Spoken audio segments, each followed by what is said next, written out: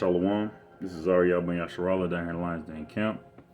First and foremost, I want to give all praise and glory to Yahweh, Bahasham, Yahweh Shai, Bahasham, Ha, Racha, Kodash, Ma'amath. A double honor to the elder and apostle, great millstone, who rule well and teach well. A double honor to my elder as well, a hard one by Yasharallah down here in Lions Den Camp. And a sincere thwada to the Akim, the Akwatim, and the Bunyam, the brothers, the sisters, and the children who are pushing the truth and believe it with sincerity. The water and Shalom. This is just a quick spiritual hydration I wanted to get based off the lesson that the brother Barak posted about taking counsel. And of course, I thought about this right here, Isaiah chapter 30. It says, verse 1, it says, "Woe to the rebellious children, saith the Lord Yahweh, that take counsel, but not of me." So not only, I'm gonna finish it.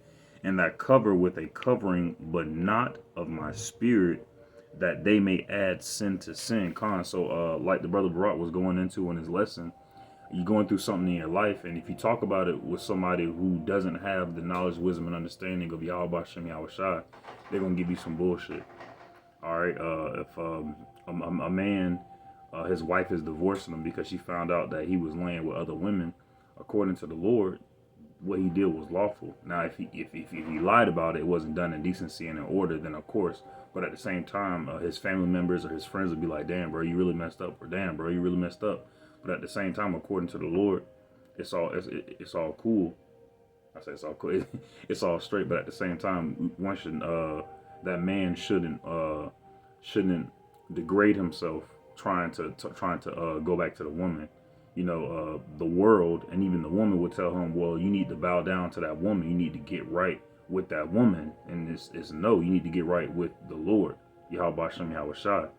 All right, you don't want to go to somebody like in the times to come.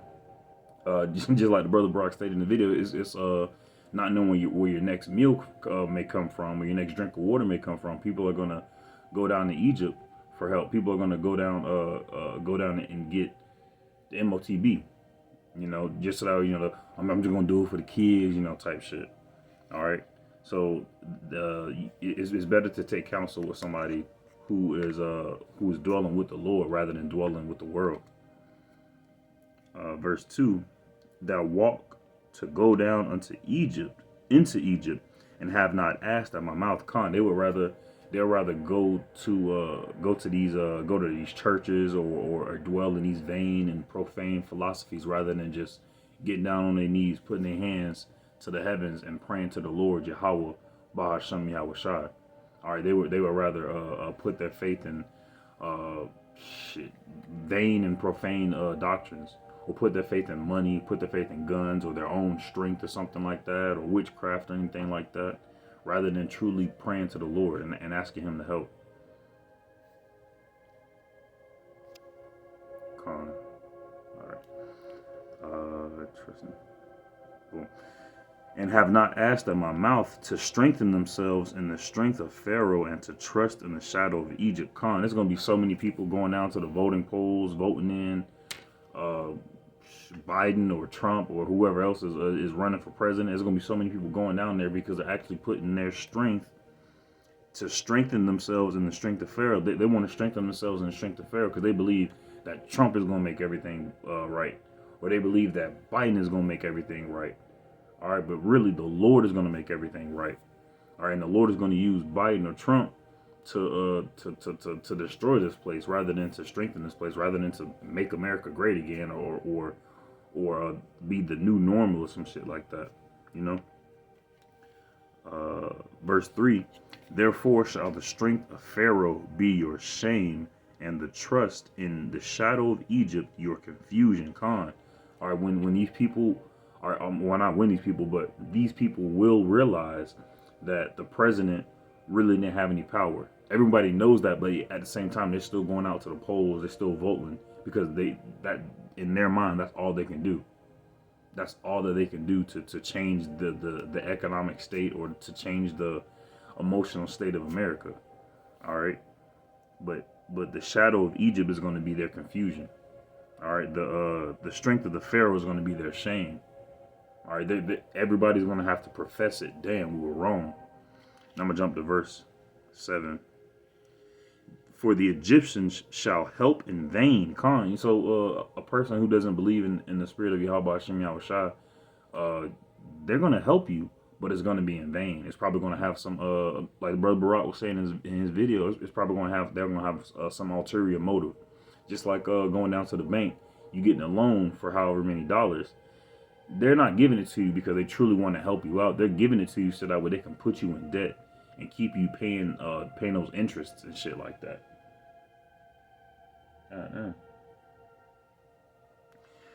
Verse 7 again. For the Egyptians shall help in vain, and to not purpose, and to no purpose. To no purpose.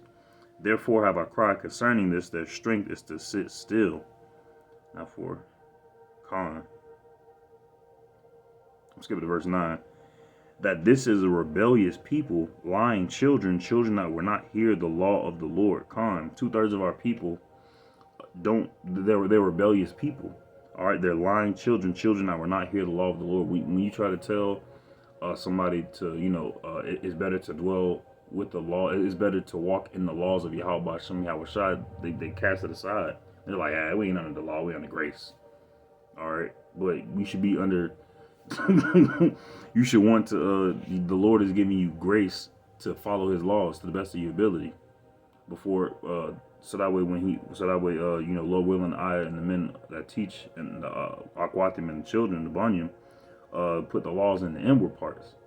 All right, because if you're not trying to keep the laws when we have the leisure to keep the laws, of course we can't do it entirely, but we have the freedom, the leisure, the grace to keep the laws to the best of our ability, to follow His laws, statutes, and commandments. You didn't. Verse 10, which say to the seers, see not. All right, so they don't want to. 2/3 of our people don't want to take counsel with somebody who I'm gonna keep reading. Which say to the seers, see not, and to the prophets, prophesy not unto us right things. So 2/3 of our people don't want to take counsel with somebody that wants you to truly do the right thing.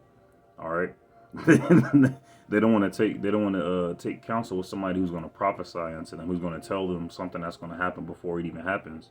All right, because in their mind, us saying that America is going to be destroyed, that's us telling them that their hope and their faith is going to be destroyed, and they don't want to hear that.